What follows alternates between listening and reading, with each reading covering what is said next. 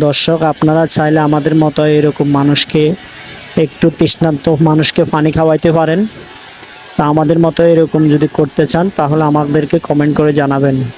সকলকে যদি ভালো লাগে প্লিজ আমাদের চ্যানেলটি সাবস্ক্রাইব করে রাখবেন, পাশে থাকা বেল আইকন দিয়ে বাজিয়ে রাখবেন।